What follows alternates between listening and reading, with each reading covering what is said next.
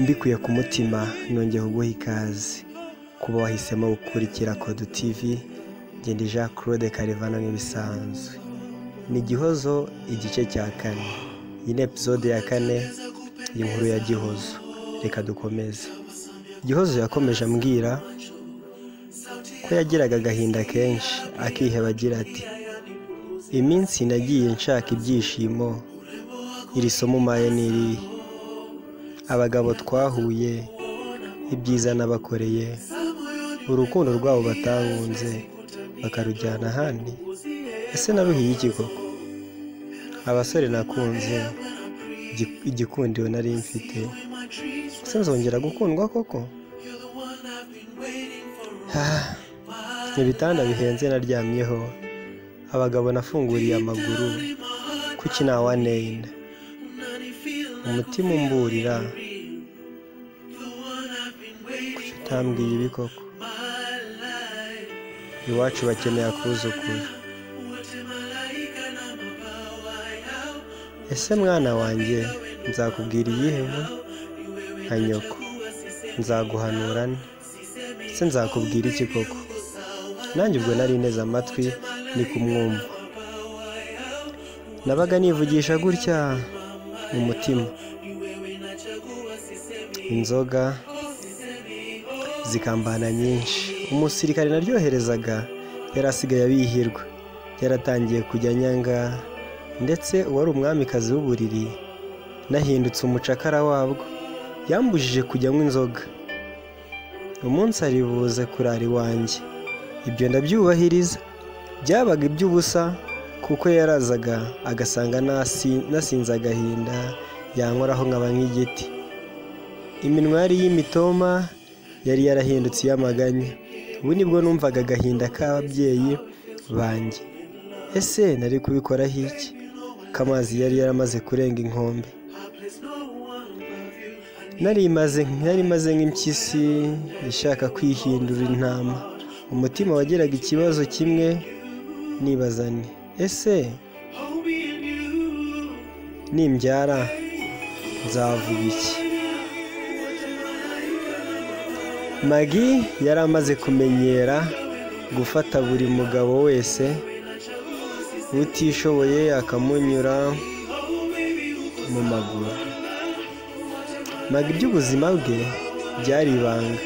Nubwo twabanye igihe kinini, sinari nzi impamvu yahisemo kubaho gutyo. Mbere nabwo najyaga mbyibaza, ariko icyo gihe nabigiriye amatsiko gusa, ntiyari ari hafi ngo ayamare. Ndacyari Jean Claude Karivano, iyi ni Kodo TV. Magi yabaye inshuti ya Nsenga, dore ko bose bari bahuje ubushobozi buke. Hari ibyo amatwi yakumva ukagira ngo ni ikinyoma, ariko ibi ni ukuri. Hari ubwo Nsenga na Ndengera babaga bakubiswe, bumva bakeneye umukobwa cyane ku mafaranga yabo.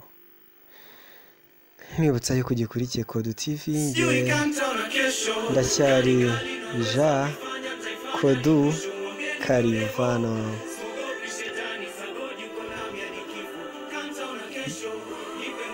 Nsenga na Ndengera babaga bakubiswe bumva bakeneye umukobwa cyane ku mafaranga yabo 2,000. Bakajya gushaka Magi bakamurarana bombi. Ibyo twari twarabimenyereye, gusa 2,000 byo yari make cyane pe. Iryo joro ryaratambukaga, inzara ikaba ari nyinshi. Magi akabyuka agatekera abo yafataga nka basaza be, bakabyuka bakarya itabi bakaricanira. Ubwo ubuzima bwabo bugakomeza gutyo. Abo bahungu nta kazi bagiraga, babagaho mu kwambura abantu ibyabo. Nijoro babateze, abashatse kubarwanya bakabakomeretsa. Uko niko babagaho bashaka amafaranga. Inkuru zabo nabigiye kure nari mbizi ko, gusa ni igitabo. Uwagiye izina yacyita ubuzima burebure bw'inshuti. Inshuti zasangiye byose, nibyo bavuga ko bidasangirwa. Izo nizo nshuti magara zisangira zidacurana. Burya ibihe nibyo bigena inkuru tuzavuga, nta kindi twakora uretse kwitegura. Gusa ibi byo byaje binunguye. Bwacye ari ku cyumweru umusirikare yaraye iwanjye ijoro ryose, yari maze ababaye ambwira ko nsigaye mbishye kurusha umugore we.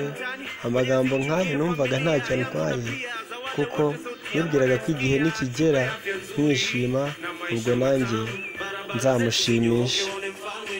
Icyo gitondo yansabye kujya muri dushe, ambwira ko ari bunsangeyo. Naragiye ndamutegereza ntiyaza. Hashize iminota 30 ndatangira ndoga. Narinze ndangiza ataraza.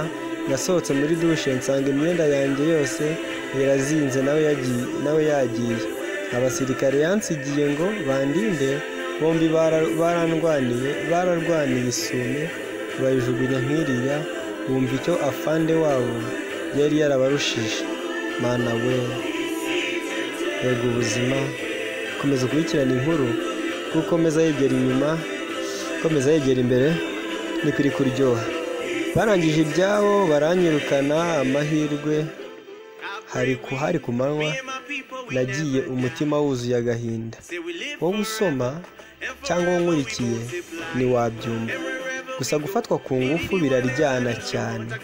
Nashatse Magi nibwira ko yamfasha, gusa bwarinze bwira ntaramubona. Iryo joro hari hagiye gutangira indi nkuru izagera. Mana we, ni ukuri. Iryo joro hari hagiye gutangira indi nkuru izageza ubuzima bw'umuhungu ku rupfu. Naricaye ndarira. Ntibyatinze kuko nari maze gukamirika. Ubwo mpita mfata umwanzuro.